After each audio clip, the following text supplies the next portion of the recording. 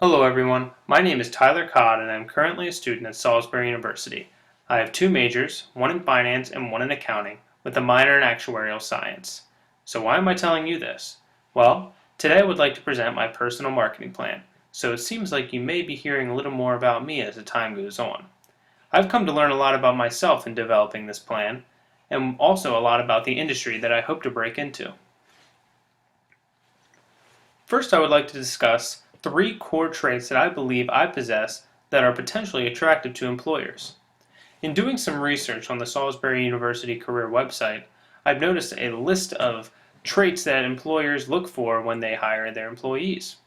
Three of these skills are communication, adaptability or flexibility, and problem solving skills. I believe that I actually utilize these three skills at my current internship in Salisbury. As far as problem-solving skills go, I work for a financial advisor and do a lot of analysis involving stocks, bonds, funds, any financial concepts of that sort. And then, once I do my analysis and gather data, I need to communicate my results to not only my boss, but my colleagues, and also know how to interpret them myself. Interpreting the data is one thing, but communicating it to others so they understand it is another. I think adaptability and flexibility is just an overall generic concept for anyone that has ever worked in an office experience. Business environments are constantly changing, so being able to adapt is really important to employers, and I believe I have that quality. So I may have these qualities, but with the goals that I've set for myself, it's going to take more than just talking about it. My personal goals are as follows. I'd like to start my journey at a public accounting firm, and I've already started that journey by receiving an internship offer at Ernst & Young, which is one of the Big Four accounting firms. After taking a few years at my public accounting firm, I would then like to switch to a more finance-oriented position where I can learn to maybe value stocks or be a fund manager, something of that sort. Once I then decide that it is time for me to leave there, I'd like to take all the knowledge that I've gathered from my accounting firm and my finance position and develop my own financial consulting company. So that's a lot of goals for someone, so I know that it takes more than just talking about the traits you possess. So I've made a personal promise to myself, basically revolving around dedication, effort, and a commitment to succeed. I want to personally promise myself that I will never accept failure. I will always give 110% and make sure that the hunger to success never lets up. So, as I mentioned, there are more strengths and weaknesses to my overall arsenal, and this SWOT table really displays that. Instead of going through each individual strength, weakness, opportunity, and threat, I'd like to just explain what this table really means. So strengths, people's qualities that they believe are good, they lead to opportunities, they lead to success, whereas their weaknesses could end up in a threat or basically a situation that is not as acceptable as an opportunity may be. So I would like to stick on the strength side and minimize my weaknesses as I go along my journey to get to my ultimate goal. So the product in this case is a very unique one, and that ends up being me. I would like to think the price is high, but it's really about average. A good starting salary for an accountant, where I would like to start my career, is approximately $55,000 to $65,000. Place, I'm going to work for a global accounting firm, so really the possibilities are endless. But I performed a cost of living calculation comparing Baltimore, Maryland, my current residence, to maybe somewhere I could see myself living, Miami, Florida. And ironically, I thought Miami would be a lot more expensive as it's a high demand place, but the cost of living is actually a little bit lower than Baltimore, Maryland. So if the opportunity presents itself, I may find myself a Floridian.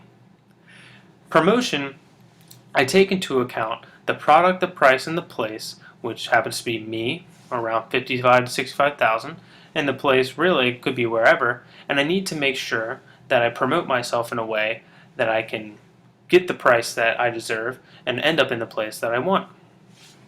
Promotion kind of goes hand in hand with my implementation plan, in which we'll get to in a minute.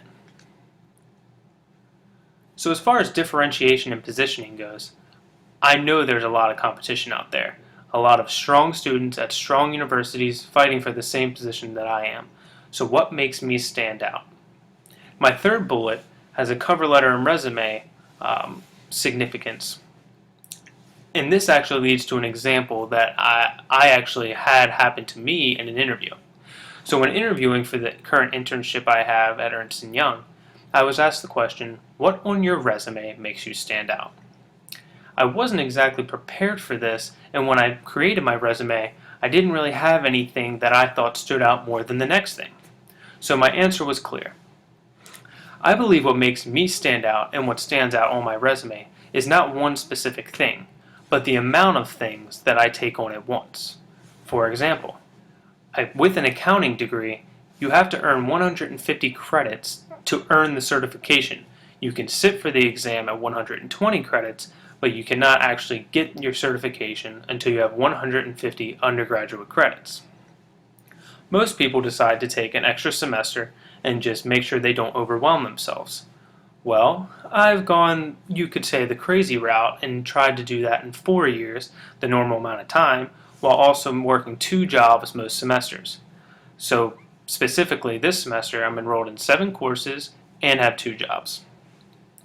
I don't think that I'm trying to be over dramatic in saying that it's a lot to take on, but I believe it helps me stand out, and I believe that it really ultimately is feeding my hunger for success.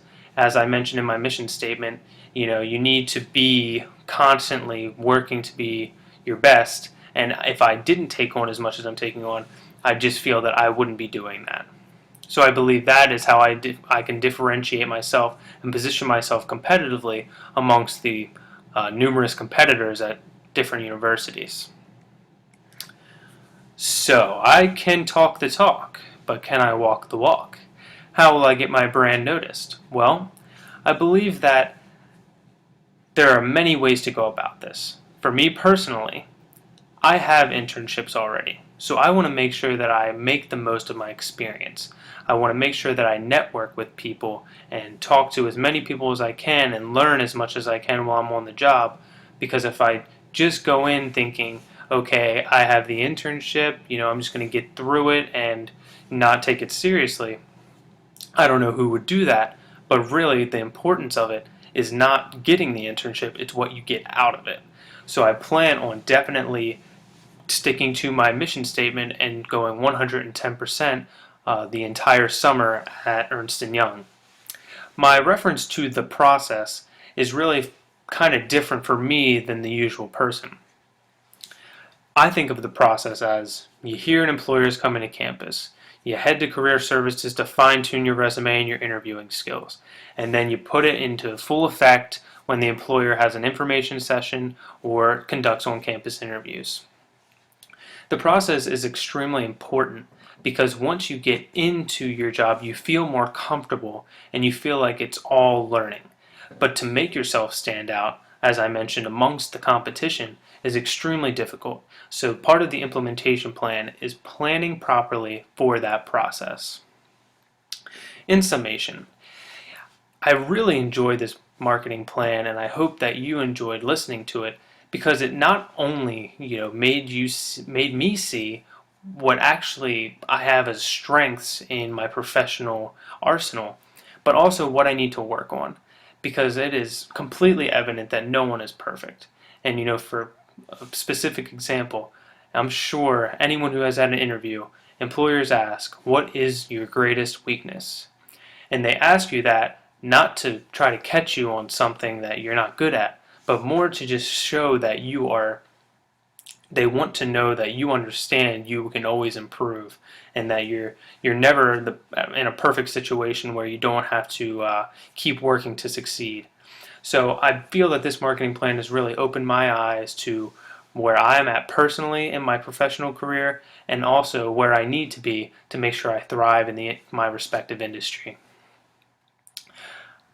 Is there any questions for me? Obviously there is not. So I thank you for listening to my presentation, and I hope that you were able to learn a little bit about not just me, but the overall marketing plan process, and perhaps that you can use it to your advantage as well. Thank you very much.